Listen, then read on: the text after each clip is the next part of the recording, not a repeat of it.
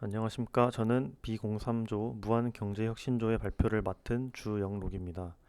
저희는 피처 엔지니어링을 중점으로 신용 점수를 예측하는 신용평가 모형까지 한번 만들어 봤습니다. 먼저 목차입니다. 개요 및 데이터를 먼저 소개해드리고 EDA 및 파생변수 몇 개를 보여드린 뒤 간단한 전처리 후 모델 및 모델에 최종적으로 쓰인 변수까지 설명드리겠습니다. 그리고 결론을 보여드리며 마무리하겠습니다. 개요 및 데이터 소개입니다. 나이스 또는 KCB에서 신용 점수를 조회해 보신 적이 있으신가요? 두 기업은 개인의 신용을 평가해 신용 점수를 부여해주는 기업입니다. 그런데 두 기업의 신용 점수를 산출하는 방법이 이렇게 다릅니다. 나이스는 상한 이력의 비중이 30.6%로 가장 높았지만 KCB는 반대로 매우 낮았습니다. 바로 공식 가이드라인이 없기 때문입니다. 그래서 저희도 신용평가 모형을 만들어 봤습니다. 저희는 EDA를 통해 유의미한 변수를 선정하고 또 변수들을 활용해 더욱 유의미한 파생 변수를 만들어 모델의 성능을 극대화시켰습니다. 마지막으로 만들어진 모형의 성능을 시각화해보고 나이스 신용점수와 간단하게 비교해 보았습니다. 데이콘의 해커톤에서 제공한 데이터를 이용하였습니다. 총 14가지의 금융정보로 이루어져 있고 96,294명의 고객들의 데이터를 활용했습니다. 다음은 EDA 및 파생 변수입니다. 범주형 변수부터 먼저 설명을 드리고 수치형 파생으로 넘어가 보겠습니다. 범주형 변수는 총 3가지가 있었는데 먼저 대출 기간입니다. 고등급일수록 적은 대출 기간의 비율이 높게 나타났습니다. 보시면 G등급에서는 대출 기간이 3년보다 5년의 비율이 아주 크게 나타났고 점점 감소하는 추세를 보이다가 결국 A등급에서는 반대로 3년의 비율이 훨씬 크게 나타났습니다. 다음은 근로기간입니다. 근로기간이 10년 이상인 고객이 가장 많았으며 대출 등급별 분포로는 큰 차이가 없었습니다. 다음은 주택 소유 상태입니다. 모기지, 렌트, 온, 자가 순으로 많았습니다. 대출 등급별 그 비율 분포로 보시면 상위 등급일수록 모기지가 그리고 하위 등급일수록 렌트가 많다는 걸 볼 수 있습니다. 이렇게 3가지 범주형 변수에 대해 알아봤습니다. 그 결과 근로기간을 제외한 두 변수가 유의미하게 나타났습니다. 다음은 수치형 변수입니다. 수치형 변수는 8가지가 있으며 먼저 대출 금액부터 시작해 보겠습니다. 대출 등급이 낮은 구간에서는 대출 금액이 오히려 높게 나타난 경향이 있습니다. 하지만 이 대출 금액 상한선은 모든 등급에서 크게 나타났습니다. 등급별 평균 대출 금액 분포를 보시면 여기에서도 낮은 등급에서 대출 금액이 높게 나타났습니다. 다음은 연간 소득입니다. 대출 등급이 낮을수록 연간 소득이 높은 사람들의 수가 적었습니다. A등급의 경우 평균 연간 소득이 아주 높게 나타났습니다. 연간 소득의 범위를 2억 5천까지로 줄여본 결과 저등급일수록 연간 소득이 줄어드는 추세가 아주 희미하지만 나타났습니다. 다음은 부채 대비 소득 비율입니다. A부터 D까지는 증가하는 경향이 있으나 다시 감소하고 있습니다. 따라서 일관적인 경향성을 보기에는 힘들다고 판단했습니다. 다음은 총 계좌수입니다. 총 계좌수 역시 큰 차이가 없었습니다. 다음은 총 상환 원금입니다. 대출 등급이 높을수록 총 상환 원금이 큰 사람들이 많았습니다. 보기 좀 어려우니까 이 상치를 제외하고 보겠습니다. 이 상치를 제외하고 비교해 본 결과 A등급에서 총 상환 원금이 아주 높은 경향이 있었습니다. 평균 총 상환 원금으로 보시면 A, B등급에서 아주 크게 나타났습니다. 다음은 총 상환 이자입니다. 대출 등급이 낮을수록 총 상환이자가 큰 사람들이 많았습니다.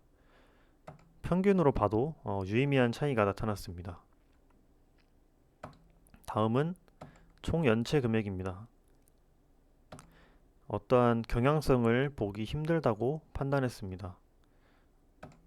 마지막으로 연체 계좌수입니다. 연체 계좌수는 대다수가 0인 걸로 나타났습니다. 연체 계좌수가 4개인 사람이 1명 있어서 이걸 이상치로 판단하고 제외해봤습니다. 등급 간 역시 큰 차이가 없었습니다. 그리고 A와 G에는 연체 계좌수가 2개 이상인 사람이 하나도 없었습니다. 이렇게 총 8가지의 수치형 변수를 알아봤습니다. 저희는 그중 유의미한 변수를 이렇게 4가지라고 판단했습니다. 여기서 더욱 유의미한 변수를 알아보고자 저희는 대출금액, 총상환원금, 총상환이자 이렇게 3가지 변수로 2가지의 파생 변수를 한번 만들어 봤습니다. 먼저 대출금액분의 총상환원금 곱하기 100 해서 원금 상환 비율을 만들어 봤습니다. 그리고 총상환 원금분의 총상환 이자 곱하기 100 해서 이자 부담률을 만들어 봤습니다. 원금 상환 비율부터 설명드리겠습니다. 저희는 대출 금액을 상환한 비율이 높을수록 대출 등급도 높을 것이라 생각했습니다. 결과적으로 각 등급별 평균은 이렇게 유의미한 차이를 보였습니다. 평균은 이렇게 잘 나왔지만 20 미만의 분포에서 전체 분포를 보시면 A에서 C 그리고 D에서 G 이 두 그룹 내에서는 크게 차이가 나타나지 않았습니다. 그래도 이렇게 두 그룹을 구분하는 데에는 충분히 유의미하다고 생각했습니다. 다음은 이자 부담률입니다. 원래는 이자율을 구하고 싶었으나 데이터의 한계로 인해 직접적인 이자율을 구하기는 불가능했습니다. 따라서 주어진 변수들을 활용해 이자의 부담 정도를 확인해 봤습니다. 우선 이상치가 매우 큰 게 있어서 범위 조정이 필요했습니다. 그래서 이자 부담률 900 미만의 값들로 분포를 확인해 본 결과 각 등급별 차이가 유의미한 것으로 확인되었습니다. 각 등급별 평균 이자 부담률 역시 아주 유의미한 차이를 보이고 있습니다.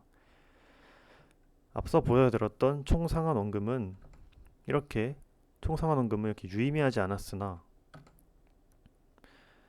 파생 변수를 활용해 본 결과 아주 좋은 변수를 하나 가지게 되었습니다. 이제 전처리입니다. 연체 계좌수가 4개인 데이터가 하나 존재해 이상치로 판단하고 제거했습니다. 그리고 주택 소유 상태가 N인 데이터가 1개 존재해 제거했습니다. 연간 소득이 0인 데이터가 존재했는데 소득이 없는 사람은 대출을 받지 못할 거라는 저희 가설과 맞지 않다고 판단해 제거했습니다. 이자 부담률입니다. 아까 보셨던 건데 매우 큰 값이 존재해 이상치로 판단하여 제거했습니다. 이렇게 전처리 결과 데이터 수가 96,285개가 되었습니다. 다음은 모델입니다. 먼저 각 수치형 변수의 민 맥스 값을 구하고 0에서 1000 사이의 값으로 스케일링 했습니다. 그리고 수치형 변수에는 가중치를, 범주형 변수에는 점수를 부여했습니다. 그리고 점수를 합산하고 합산된 점수를 다시 0에서 1000으로 리스케일링 했습니다. 신용점수 범위에 맞추기 위해서입니다. 모델에 사용될 최종 변수 선택 과정입니다. 먼저 연간 소득입니다. 적은 가중치를 줬을 때는 최상단 부분, 상자 맨 위가 잘 구분이 되지 않았습니다. 반대로 많은 가중치를 줬을 땐 전체적인 점수대가 내려가는 모습을 보였습니다. 추후 상위 등급의 점수대를 좀 더 상향 조절할 필요가 있다고 저희는 판단했습니다. 원금 상환 비율입니다. 많은 가중치를 주면 전체적으로 점수대가 내려가고 또 상단의 수연 부분이 넘어서는 경우가 과다해졌습니다. 상위권과 하위권의 차이를 유의미하게 보여주지는 못했습니다. 이자 부담률입니다. 가중치를 많이 주면 줄수록 등급 간의 차이가 확연하게 나타났습니다. 대출 금액입니다. 너무 적은 가중치를 주면 상자의 크기가 많이 작아지고 너무 많은 가중치를 주면 또 상자의 크기가 너무 커졌습니다. 따라서 적절한 비중을 주는 것이 좋아 보입니다. 대출 기간은 점수를 어떻게 주더라도 유의미한 변동이 없었습니다. 주택 소유 상태도 마찬가지로 유의미한 변동이 없었습니다. 정말 여러 번 조합해본 결과 이렇게 세 가지 변수를 최종 변수로 선택했습니다. 마지막으로 결론 보여드리겠습니다. 저희가 예측한 신용점수의 분포를 대출 등급별로 확인해 봤습니다. 이렇게 대출 등급이 낮아질수록 신용점수가 하락하는 것을 볼 수 있습니다. 그리고 히스트 플랫으로 각 등급별로 A등급 이렇게 해서 시각화해 봤습니다. 이제 A부터 G등급까지 하나씩 보여드리겠습니다.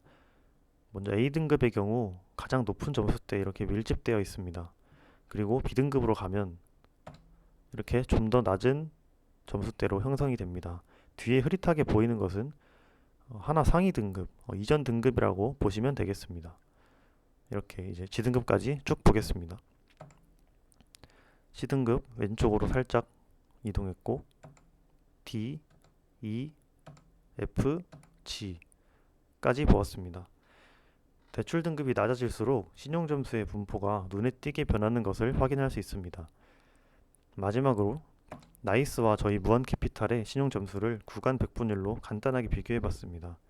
공통적으로 상위 구간에 많이 분포되어 있고 하위 구간의 비율도 나름 유사하게 나타났습니다. 마지막으로 한계점입니다. 데이터의 종류가 한정적이라 파생변수 만드는 것에 많은 시간을 썼음에도 더욱 다양한 파생변수를 시도해보지 못한 점이 아쉬웠습니다. 그리고 칼럼별로 이상치가 달라서 그 이상치의 기준을 정하고 같이 고려하는 게 좀 어려웠습니다. 결과적으로 물론 나이스에서도 마찬가지지만 CD 등급에서의 구분이 아쉬움으로 남았습니다. 이상 발표 마치겠습니다. 감사합니다.